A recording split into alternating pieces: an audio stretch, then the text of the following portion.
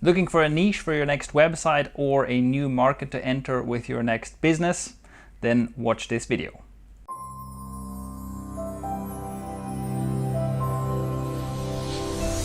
Hello, I'm Shane from IamImpact.com, and in today's video I want to answer a question that was sent in by a reader called Jeff. And the question is, I need to find a way to select a niche and validate a business idea.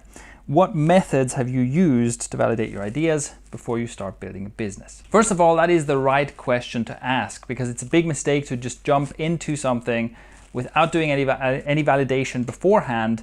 And it can lead to one of the most common mistakes, which is that you spend a lot of time building something only to find out that nobody is interested.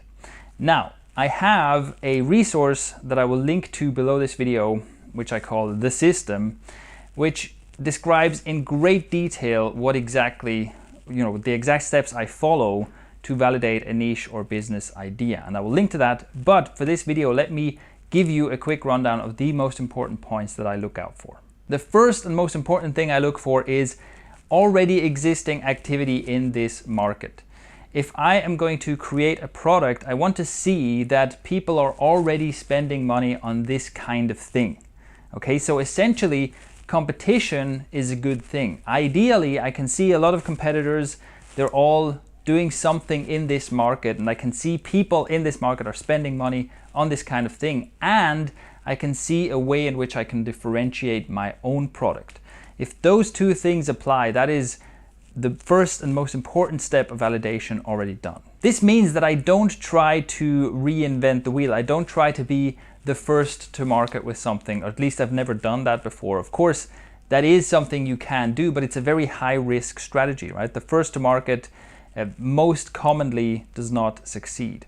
So I would rather be a latecomer in a market where I can actually innovate and improve something that already exists and already has a customer base. And then the next thing is that once you have this basic validation done, you want to find a way to validate your specific idea as soon as possible. So instead of saying, okay, here's a viable market, now I'm going to spend all of my money and years of my time to create a product, and then I'm going to launch that product and hope it works.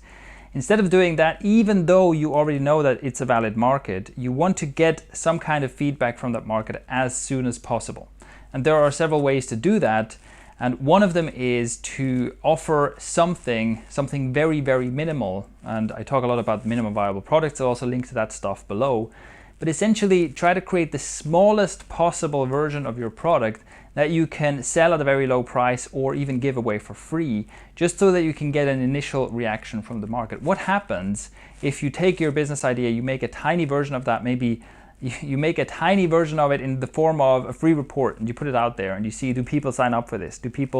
Are people willing to exchange their email address for this thing?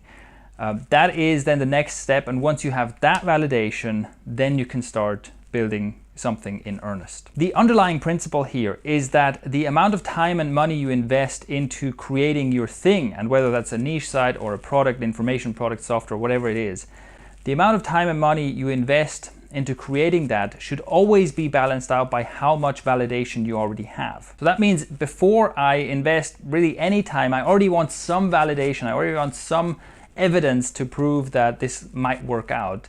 Then I start doing some work. And before I start spending a lot of money and investing a lot of time into developing something bigger, I want to have more feedback and more validation from the market. I always want those two things to be balanced out. This is one of the ways in which I have been able to build businesses around several products in several different areas without really ever running a risk. We've really never had a huge problem where we've made a terrible loss.